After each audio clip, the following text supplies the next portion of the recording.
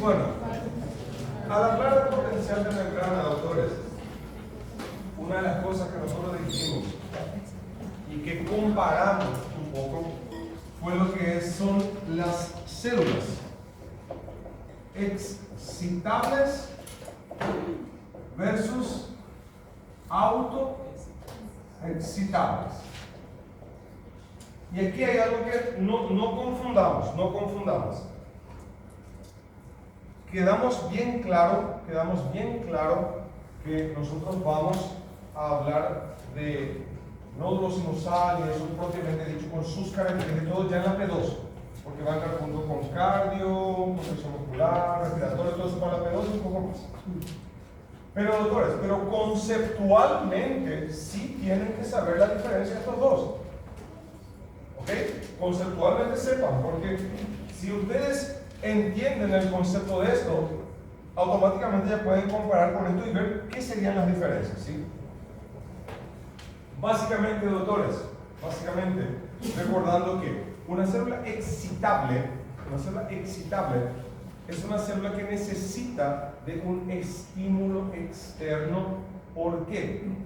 Porque tiene sus canales activadores normalmente con compuertas, y al estar cerrados, la única manera de abrir es a través de un estímulo. Entonces, estos necesitan realmente de estímulo, en cuanto que estos otros que tienen canales de iones activadores abiertos. Esa es la mayor diferencia. ¿Okay? Pero eso en particular, ahora no voy a explorar tanto. Ahora el concepto de que cada uno como es, eso sí. Nuestra clase básicamente, doctores, se basó en ¿qué? En células excitables. Y una de las cosas que nosotros mencionamos, casi que como primera cosa,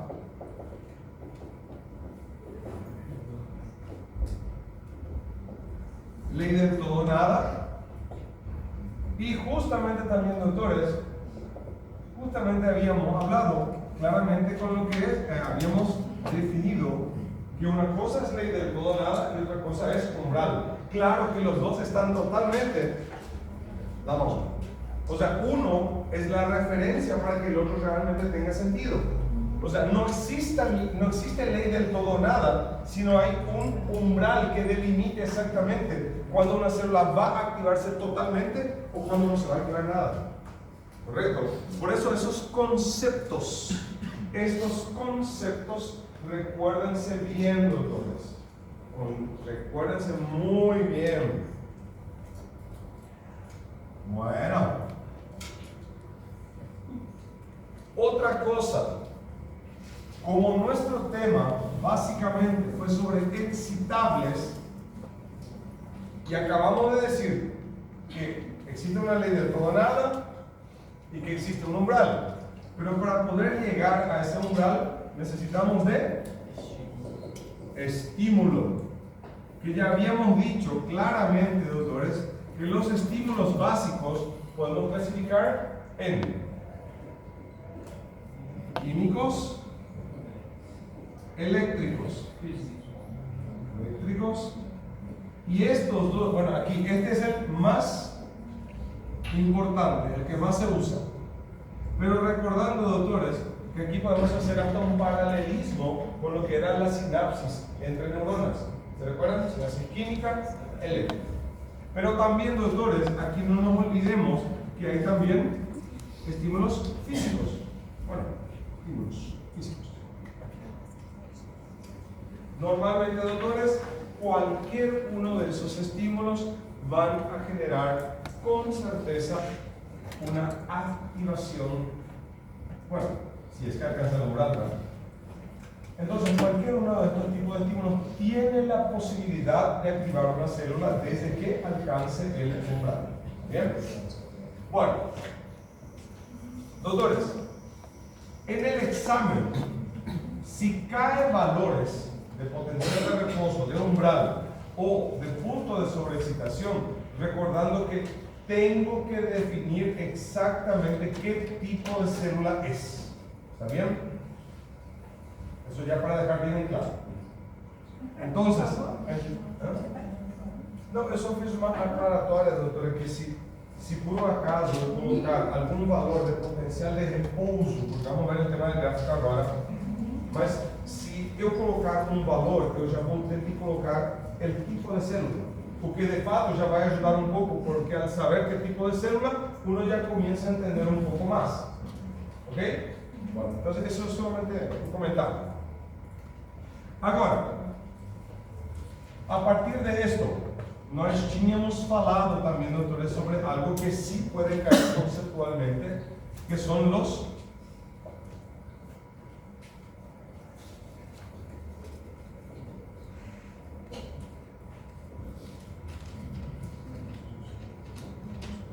transportes o movimientos transmembrana.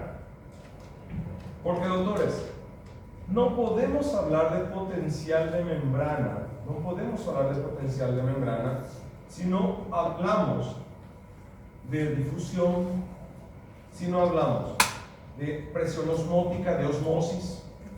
No podemos hablar de esto si es que no hablamos de canales proteicos, facilitadores, acuaporinas. No podemos. ¿Está bien? Aquí, nosotros solamente para dejar así, básicamente, hablamos principalmente de difusión. En particular, cuando hablamos de potencial de membrana, ¿qué tipo de difusión es lo que más utilizamos? La facilitada. La facilitada. ¿Ok? En el caso, doctores, por efecto de la propia difusión y principalmente por la activación positiva del sodio, esto está totalmente vinculado con la osmosis, y ahí entran las acuaporinas justamente. Pero finalmente, doctores, habíamos hablado también de un transporte activo primario, que era la bomba de sodio y potasio, que es lo que vuelve a sacar el sodio, vuelve a introducir el potasio. Por eso, doctores, también hablamos de transporte activo primario.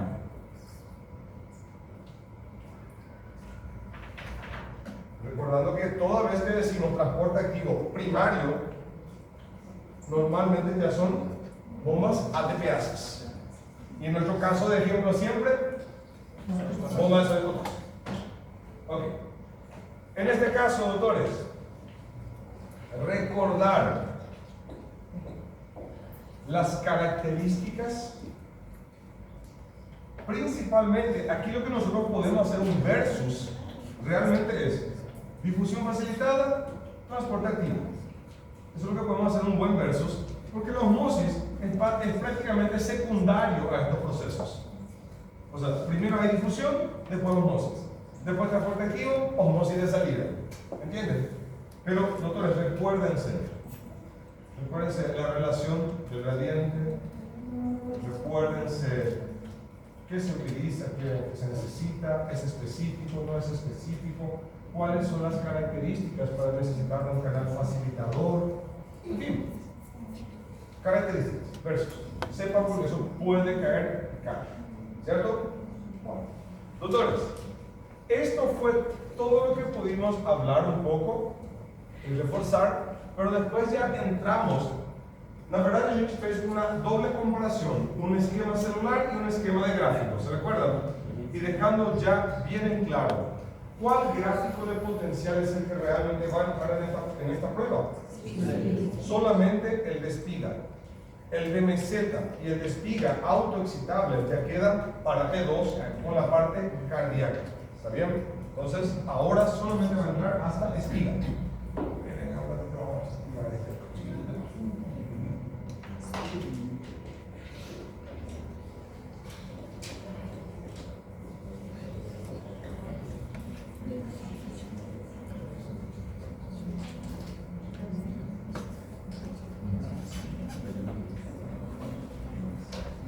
Bueno, doctores, ¿qué es lo que básicamente ustedes deben de saber de la parte de los potenciales y principalmente del gráfico de potencial?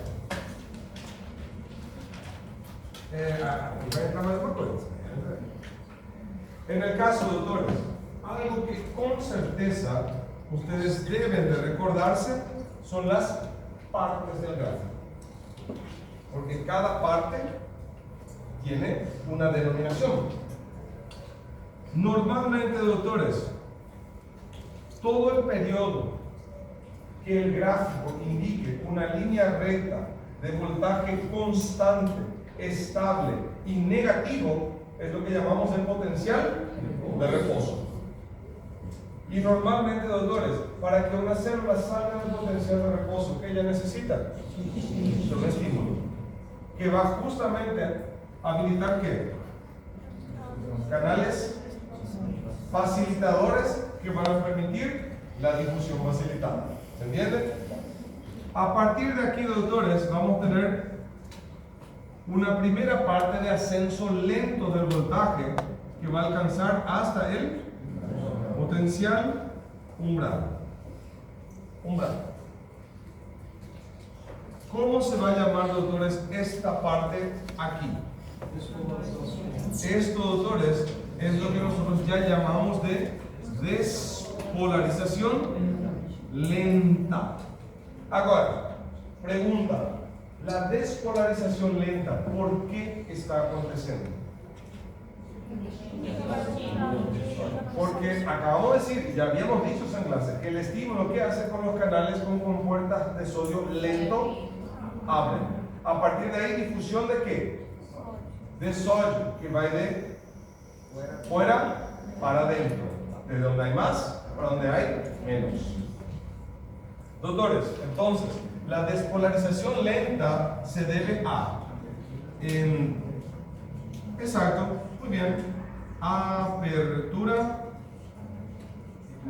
de canales lentos de sodio.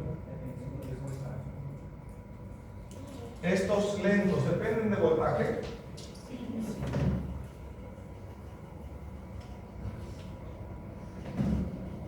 Doctores, aquí hubo algún canal que se abrió por voltaje.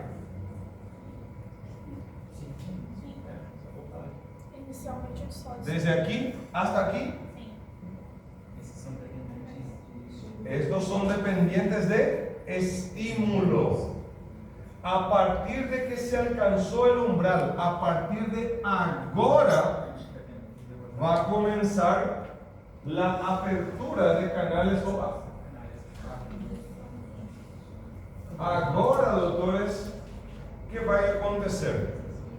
Ahora va a comenzar la despolarización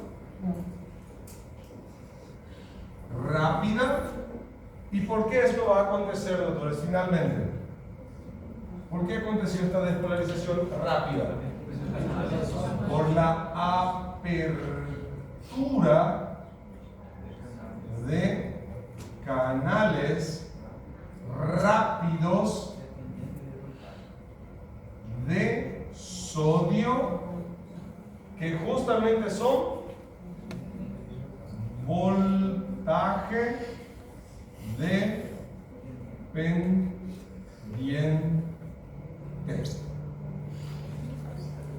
Así, pero entonces, bueno, disculpen, me olvidé de poner aquí.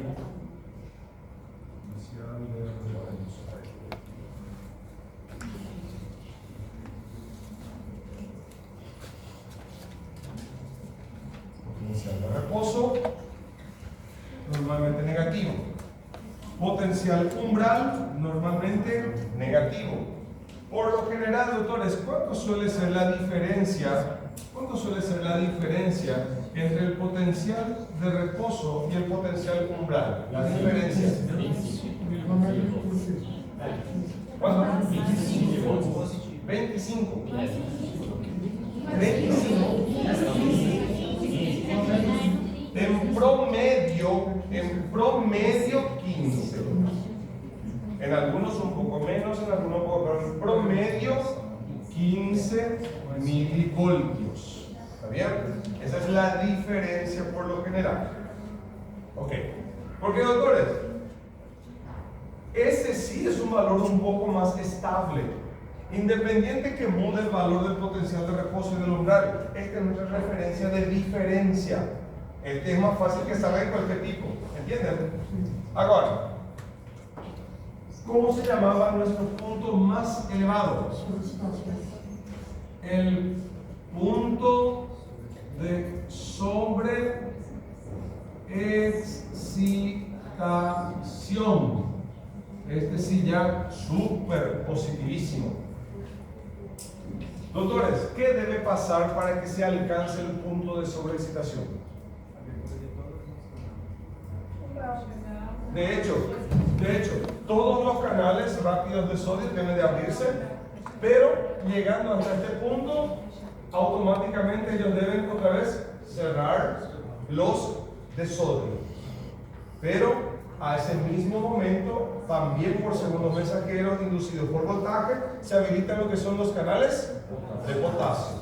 Ahí es cuando nosotros vamos a ver, doctores, normalmente el comienzo ya de la otra etapa del potencial, que es cuando la célula ya comienza a entrar en estado o volver al estado de reposo por medio de la repolarización. Y recordando que normalmente esto va a ser ¿por qué? Por apertura de canales de potasio. Normalmente, doctores, esta repolarización, cuando estamos hablando de un potencial de acción de tipo espiga, cuando hablamos de potencial de acción de tipo espiga, no es tan notorio el comienzo y el fin de la repolarización. Porque básicamente comienza y continúa.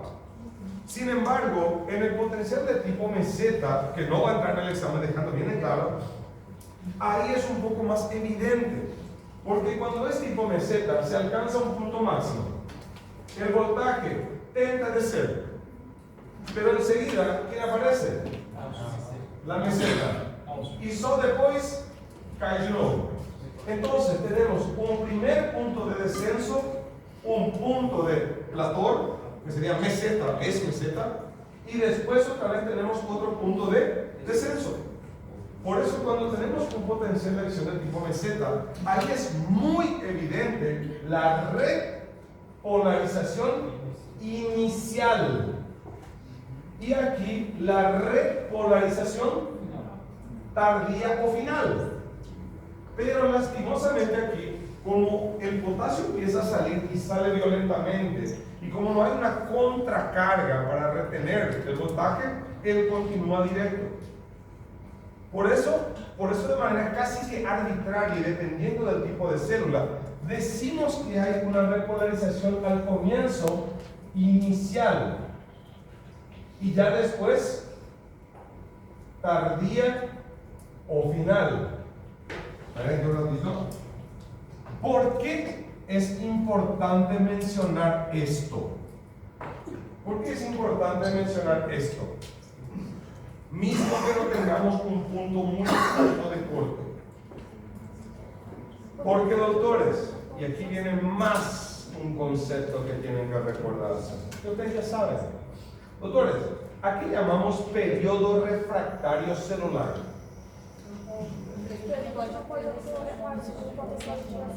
Na verdade, o estímulo ali pode acontecer. Mas, ahí está el tema. El periodo refractario, doctores, no se olviden que es el periodo donde una célula, por más que reciba otro estímulo y quizás de alta intensidad, es muy posible que él no genere ninguna respuesta. Eso es el periodo refractario. El estímulo llega, mas la célula no da respuesta. En ese sentido, ustedes ya saben perfectamente que el periodo refractario son de ¿cuántos tipos? Uno de ellos que es el absoluto, donde no interesa ni la intensidad ni el tipo del estímulo. La célula no va a responder de ninguna manera.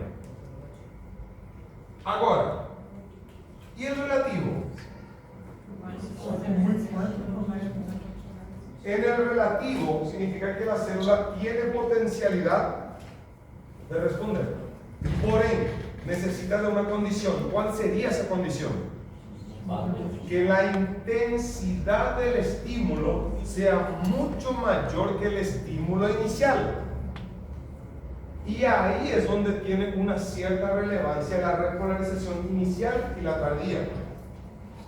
En este sentido, doctores, una vez que se alcanzó el umbral y ya estamos en la despolarización rápida, este periodo va a ser un periodo donde va a haber una refractariedad total, absoluta. Un periodo refractario que ningún tipo de otro estímulo va a poder mudar lo que la célula va a activar y cómo se va a activar. No te cómo. Totalmente refractario en este periodo. Ahora, cuando comienza la repolarización, ¿en qué punto todavía se mantiene ese periodo refractario absoluto? Exacto. Durante la repolarización inicial. Por eso es que hay que mencionar que hay una repolarización inicial, porque en ese periodo, el periodo refractario continúa todavía siendo absoluto. No hay cómo. Sin embargo, doctores, cuando ya comienza lo que sería, y esto arbitrariamente lo coloco, cuando comienza el periodo de repolarización tardía o final, ahí ya comenzamos a entrar en lo que es el periodo refractario relativo. Hasta por eso es que se ve el efecto de la escalera, porque el voltaje sube, tiene que bajar un poco, llega un estímulo de mayor intensidad y solo ahí sube otra vez el potencial. Y de esa manera se va a ver un degrado, y dependiendo de cómo sea, el efecto de la escalera.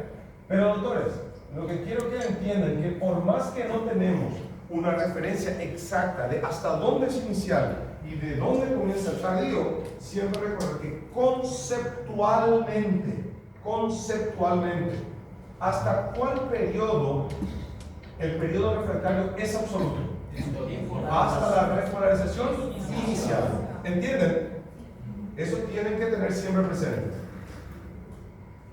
A partir de ahí, doctores, si no hay ningún estímulo de mayor intensidad o algo que vuelva a reestimular a esta célula, normalmente la salida de potasio con alta conductancia ya va a generar la caída brusca, rápida del potencial. Y normalmente por la alta conductancia de salida, la conductancia decimos a la fuerza de salida, a la velocidad de salida, ¿entienden? Como todavía es muy fuerte y muy rápida la salida del potasio va a generar indefectiblemente, doctores, va a generar un periodo donde el voltaje llega a ser hasta menor que el potencial de reposo.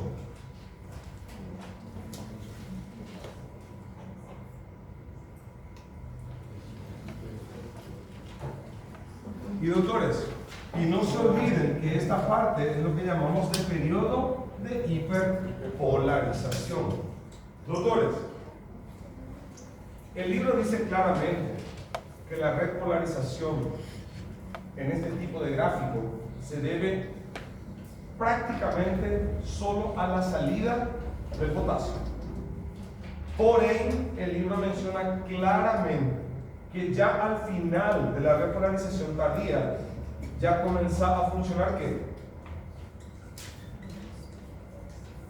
Transporte activo primario. O sea, comienza a funcionar ¿qué? Bomba de sodio y potasio. En este caso, doctores, siempre recordando cuál es la misión fundamental, elemental de la bomba de sodio y potasio. Dejarle a la célula negativa.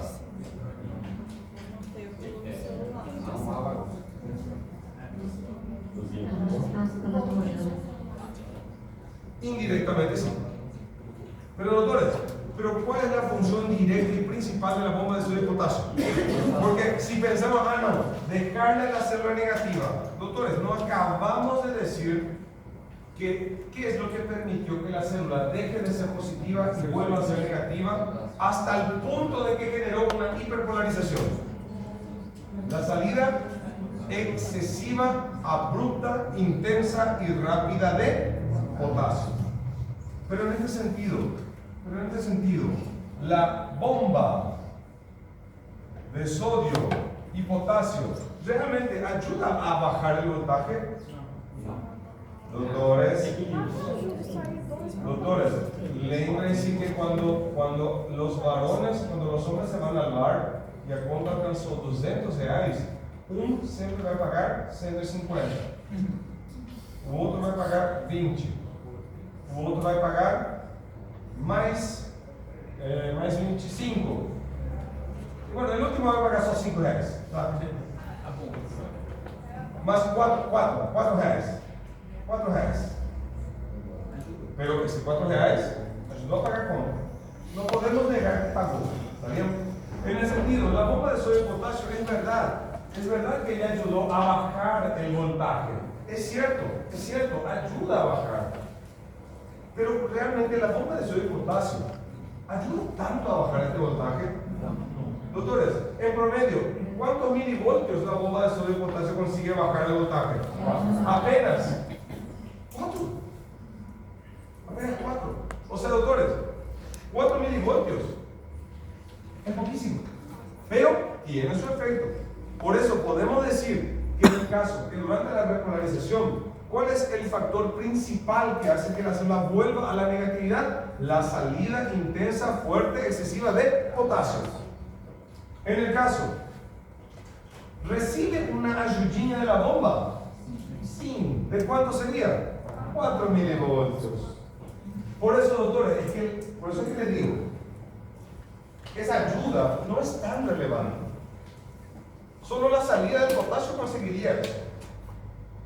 Por eso siempre hay que recordar que la función principal de la bomba siempre fue y siempre será, al sacar el sodio de dentro para afuera, lo que él está haciendo de nuevo es aumentar el gradiente de concentración de sodio dentro y fuera de la célula. Cuando él introduce potasio para la célula, él hace lo mismo, pero ahora aumenta el potasio de dentro y baja de fuera. ¿Pero qué es lo que hace otra vez con la diferencia de concentración? Aumenta. O sea, doctores, esa es la función principal de la bomba de sodio y potasio. Mantener el gradiente de concentración alto. Una gran diferencia de concentración del sodio fuera y dentro y del potasio dentro y fuera. Eso es. Solo que como ya dijo la compañera, y ya dijimos, normalmente después de la difusión o después del transporte de elementos, ¿qué siempre va a haber? La osmosis. Y con la osmosis final, que es lo que vamos a tener una cierta regulación del tamaño o volumen celular. ¿Entienden, doctores? Y finalmente volvemos al potencial de reposo.